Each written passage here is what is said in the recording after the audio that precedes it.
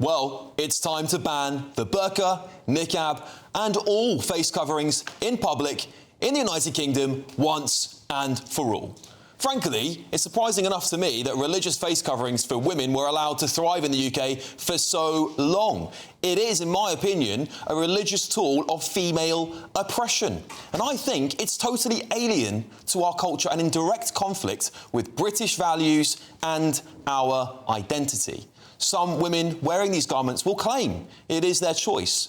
But I agree with Dr. Samaya Tahidi, who this year in a 2025 Telegraph piece described feeling brainwashed into wearing head coverings from childhood, only finding freedom after shedding them. This is my opinion, of course, and suggests not every choice. And I think not every choice is free. It's cultural or religious pressure can loom large on people. But it's not just religious garments I want banned, I want all face coverings banned. Many of you at home live in cities. You'll see familiar sights of yous running around with either medical masks on or balaclavas. Not because it's some fashion trend, but they want to just get away with petty crimes, I think. And not just that too, it's also an act of intimidation, isn't it? What other reasons are there? Then you have the thugs that show up to peaceful protests covering their face. Nobody wants these people there. If you can't put your face to your words and your actions, then you shouldn't be allowed to protest in the first place. Well, many parts of Europe are ahead of us on this. France banned face coverings in 2020. Fines are up to €150 for wearing a burqa in public. Belgium, Denmark, Austria, they've all followed suit. These aren't backward nations, are they? They are democracies, prioritising social cohesion and security. And in France in 2015, a study showed 80% of their citizens supported the ban. Why? Because when you can't see someone's face, trust erodes. And now we're talking about this again because of comments made by Zia Yusuf, Reform's new head of policy, at their party conference just yesterday. Back in June, if you remember, he called Reform MP Sarah Poachin's questions in the House of Commons on this issue dumb because it wasn't party policy. And shortly after that, he quit as chairman, citing exhaustion. And you know what? Fair enough, politics is brutal. But now, speaking to Michael Gove yesterday, he's crystal clear. He'd vote to ban face coverings if he were an MP. Is that a U-turn? Because Yusuf sees what Labour and other lefties, in my opinion, refuse to. The burqa and face coverings aren't just a piece of cloth. It's a barrier to integration and assimilation. And he's not alone. Reform's Chief Whip Lee Anderson agrees, saying no one should be allowed to hide their identity in public. And frankly, I know many of you at home will agree with me and them that we should just ban these things and move on like every other good democracy across Europe has done. Have you had a random call lately from a strange number, maybe trying to sell you something or even scam you? If so, your info could be out there. That's because of data brokers, shady companies that scrape the internet for your personal details and sell them to marketers or even scammers. These days, scammers can even use AI to mimic your friends' voices and trick you into sending money.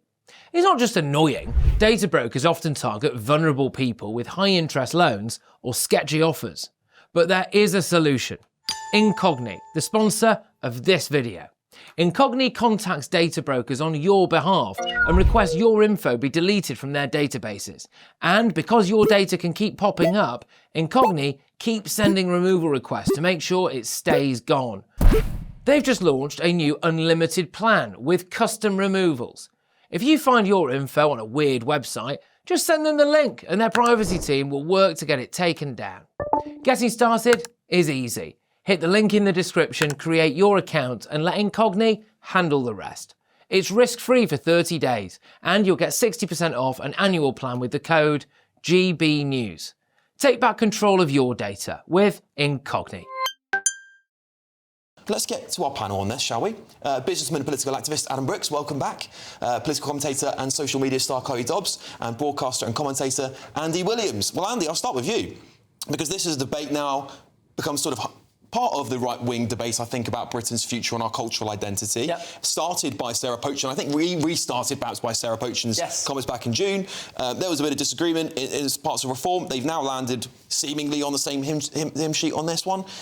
But it is alien to Britain to have face coverings, isn't it? I think Yusuf was right the first time when he said this was dumb. This is a dumb debate. This is ridiculous, OK? Like, Reform and the right, the Reform Party is, as I understand it, unless I've misunderstood it, a libertarian party. And they want to stop people wearing certain things in public. I find that really, really odd. But isn't it not protecting the freedoms of women?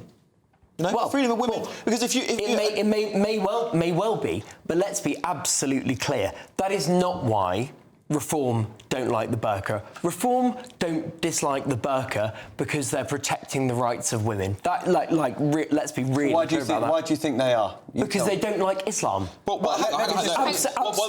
Yusuf is a Muslim. You're saying he doesn't like Islam. So the Reform Party collectively, let's be absolutely clear about this, they are not the pro-women party.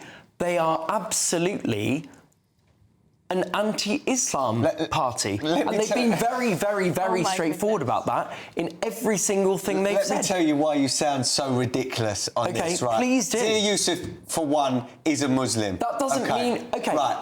Secondly, that's not a let defence. me just tell you, Andy. Hang on, let Adam speak. There are numerous countries around the world that are Muslim countries that ban face coverings, OK? This isn't an anti-Islam rhetoric at all. At the end of the day, for me, there's two things. There's social cohesion about being able to see people's faces. Yes. And then there's security issues. I work, I serve the public. I wouldn't want people coming into my pub if I could not see their face. One, there would be an age problem. I need to make sure they're of age. Fair enough. And two, there would be, security problems as well. You just don't know who's coming in. Now, social cohesion. If you walk down somewhere like Whitechapel in London, one, you might not hear English being spoke the whole way down the high road. What's the problem with that? Two, we're in England. That's the problem, Andy. Let's dig into that. What's the problem with that? And two, you will not see many faces on the women thing, and it's just not human to cover your face. Now, I say this, if Jewish people covered their faces, if Catholics covered their faces, totally I would still have a problem. Let's dig into that. I want to bring Chloe, because I don't want the only woman on the panel not to have had her voice heard. So let's bring Chloe in, and I'll let you respond. Or how about that? Go on.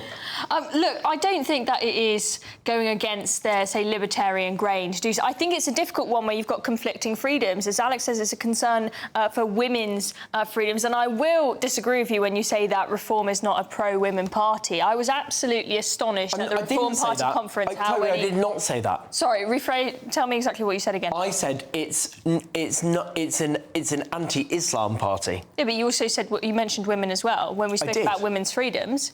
I said it's an anti-Islam party, and I think it is.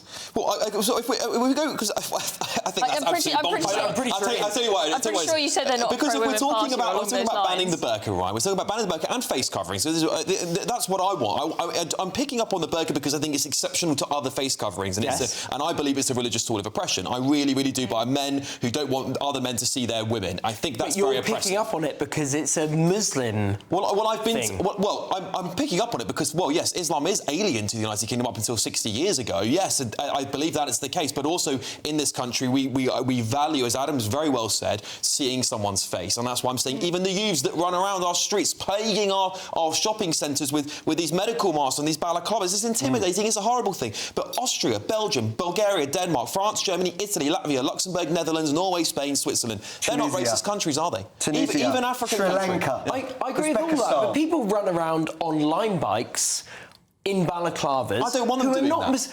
Who are not Muslims. We're talking about face coverings as a whole. We're talking about burqas, niqabs and face coverings because we have an issue with, for example, Antifa thugs turning up to protest. Let's get to what you're saying. Shoplifters. You're honing it on burqas and niqabs. Well, I am. Can I tell you why? Can I just tell you because that's the most controversial thing. Balaclavas every day who are not Muslims. That's my point. I know, but I mentioned, I wasn't saying that they were.